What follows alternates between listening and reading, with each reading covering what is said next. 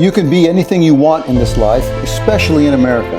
This is the land of opportunity. If you can't learn to be successful in life in America, then it's unlikely that you can do it anywhere else. It's here and now where you must and can fulfill your divine destiny in life. But you must ask yourself, what is my purpose in this life? What is my destiny? And what is my passion? What do I really care about? It doesn't matter where you live or where you were born. It makes no difference how old you are, how much money you have in the bank, or the amount of education you have. What matters is that you know what you want to be in life and that you fully believe in that destiny. If you want to see how to become more successful in life, I'm going to tell you about a man who did just that. A man who overcame all odds to live his American dream. In January 1937, a child named Dale was born into a small town in central Arizona. Dale had 5 brothers and sisters and lived in a small house. The dirt road outside his home was so seldom traveled that Dale could play marbles in the middle of the road for hours at a time without being disturbed. With 6 kids to feed, Dale's dad, Owen, didn't have a lot of money. As a matter of fact, Owen didn't even have a job. But he was so determined to become successful in life and provide for his family that he told a building contractor that he would work for free if the contractor would teach him how to lay block. Now, laying block for free didn't really put food on the table, but it did provide Owen with a very marketable skill. Owen knew what he wanted, and he found a way to make it happen, even if it meant working for free to obtain a new skill, a skill that would be profitable to Owen and his family. After Owen learned how to lay block, he eventually started his own business laying block. This not only provided a living for Owen's family, but he was able to teach his boys, including Dale, how to lay block, how to run a business, and more importantly, how to work hard. If you want to know how to become successful and rich, you'll need to seek out those skills of learning how to work hard and run a successful business. If you want a paycheck, go get a job. But if you want to know how to become successful, truly successful in life, start a business and work very hard at it. Let me show you what I mean. In 1956, Owen's son, Dale, married his high school sweetheart, Janice. They moved into a very small apartment and Dale began working in the family business, laying block and providing for his new family. At this point, he was only collecting a paycheck. Over the course of several years, Dale and Janice had children, moved a couple of times, while Dale continued working in the masonry trade for his father. Then, in 1963, tragedy struck. Dale was riding an open-air materials elevator up several stories at a new hospital under construction. To steady himself as he rode the elevator, he held on to one of the steel cables that was lifting the elevator. At a certain point, about halfway up the building, the cable that Dale was holding on to ran through a pulley, pinching off Dale's fingers, leaving him with only his thumb and 4 short stubs for fingers on his left hand. Dale was left-handed, and this was his trowel hand. How could he make a living for his family when the very fingers he used to grip the trowel were gone? Dale and Janice were devastated. How could they go on? What would become of them? They had 3 small children under the age of 6. Dale was a high school graduate, but he had no college degree, and the one skilled trade that he knew had just been pinched off at the knuckles. The doctors were unable to sew Dale's fingers back on, but over time, he was able to learn how to grip a mason's trowel with just his stubs. But it wasn't easy, especially during the many months of recovery, when even the slightest bump to his fingers would cause Dale great pain and make his fingers bleed. This was a wake-up call for Dale and Janice. This tragedy caused them great soul-searching as they tried to understand what their future would hold and what their ultimate destiny would be. Owen, Dale's father, decided to turn the business over to his sons. There really wasn't much to pass on to them, mostly know-how, a few general contractors, a truck, and a small amount of scaffolding. Dale and his brother Dwayne became equal partners in their new business, and both were able to provide for their families. But at the end of several years, all they had was a weekly paycheck. But Dale wasn't satisfied.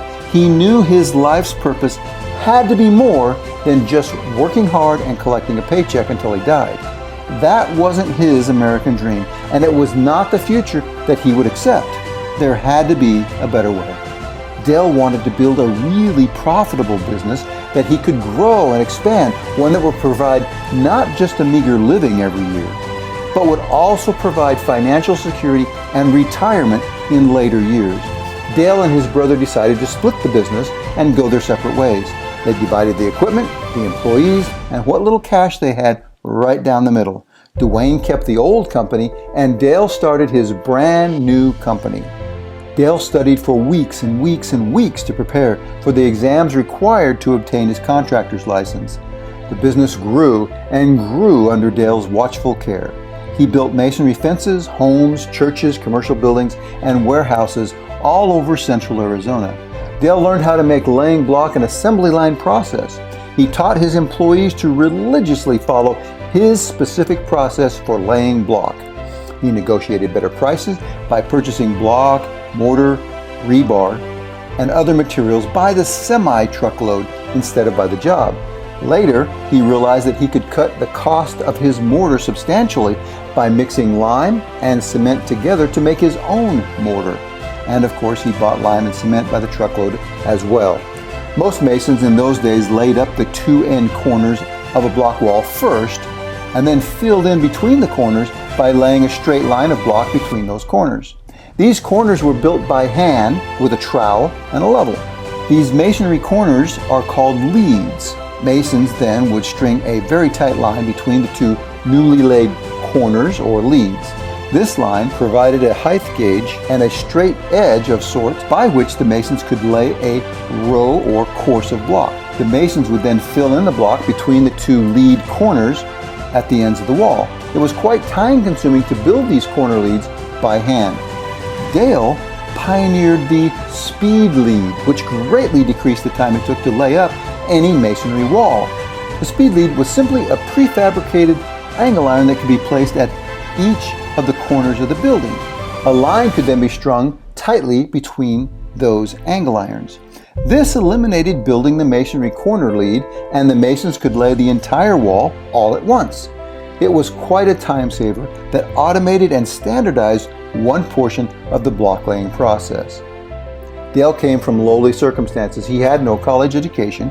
He inherited no great fortune. He had several children to feed and clothe, and at only 26 years old, the fingers he used to make a living for his family were cut off. Regardless of those obstacles, Dale retired a multi-millionaire. Why? Because he worked hard at running and improving his very own business. Later, with his profits, he purchased income-producing properties that provided a very comfortable living for him, his wife, and his family. He went on fishing trips at least once a week, including several week-long trips each year to Mexico.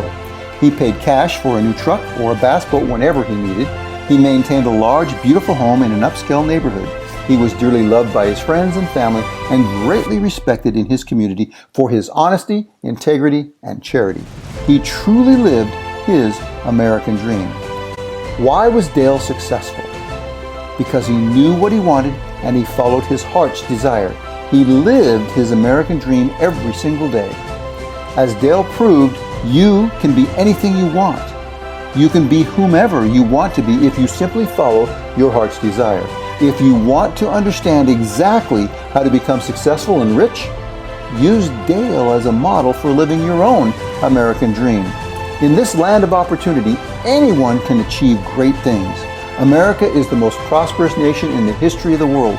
We are living in the most prosperous period of American history. More millionaires and billionaires are made today in America than at any time in history. By June of 2020, there were more than 18 million households in the United States with a net worth of more than $1 million. And there are over 700 billionaires in the U.S. as well. 675,000 new millionaires were created from 2018 to 2019 in the United States. No nation has been freer. No people have ever had as much information at their fingertips as do we. Through the use of the internet, our communications, collaborations, and networking have never been more prolific. Your potential is completely unlimited. There is no limit to what you can become except the limits you place on yourself. Thomas Edison made this observation: if we did all the things we are capable of, we would literally astound ourselves. You are unique. Your attributes, your talents, your mannerisms, and your characteristics are uniquely combined together along with all your other traits and qualities that is unlike any other person. There's no one like you. You are exceptionally suited to fulfill your destiny. No one looks exactly the same. No person has the same fingerprints, and no person has exactly the same personality. God designed you to fulfill a destiny that is specifically designed for you. Gail's destiny was to construct beautiful homes and buildings. What is your special destiny? Deep inside you, in your heart of hearts, you have a divinely inspired yearning. The fulfillment of that deepest desire is your destiny. You can fulfill that destiny better than anyone else. It's what you were built for. If you look carefully at the two syllables of the word desire, you will notice the syllables de and sire. De means of or from, and sire means the Father. So literally the word desire means of the Father. Desire therefore comes from your Father in heaven. Your Creator instilled within you a desire to fulfill a particular destiny, your unique destiny. That's why those deep yearnings, your heart's desire, is so alluring to you. It's who you are at your very core. It's important to know what you want out of life.